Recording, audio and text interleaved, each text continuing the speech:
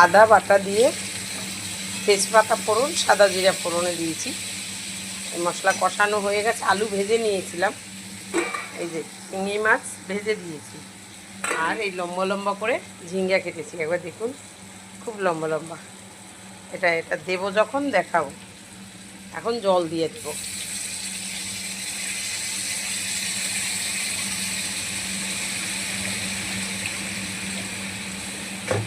কেননা অল্প জল দেবো, ঝিঙ্গায় তো আবার নিজস্ব জল আছে, সেটা বেরোবে।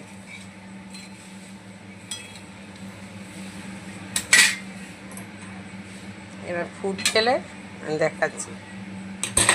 আর একটুখানি দেব, একটু সামান্য তো ঝোল হবে।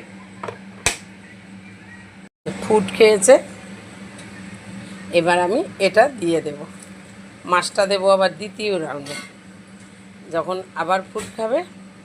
এবার একটু ঢাকা দেব, কেন বলুন তো, এটা মজে যাবে একটু ঢাকা দিলেই। এইভাবে ঝিঙ্গা আমি অনেকবার দেখিয়েছি, তাও আবারও দেখাচ্ছি। এইভাবে করে যদি রান্না হয় না, দারুণ হয় খেতে। এবার দেখি কতটা জল বেরিয়েছে। এই দেখুন, বললাম না, একদম জল বেরোচ্ছে, আরও সেদ্ধ হবে। আর এটা বন্ধুরা সত্যি বলছি, খেতে খুব দারুণ হয়। এই যে এবার মাছটা দিয়ে দিচ্ছি। আমি একটু গোটা গোটাই রাখছি, শিঙি মাছগুলো ছোট ছোট বলে গোটা গোটাই রেখেছি।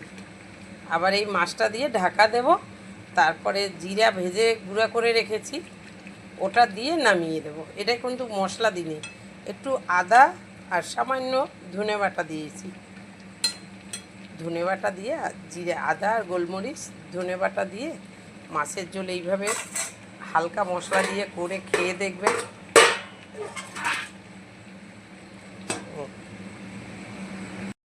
এবার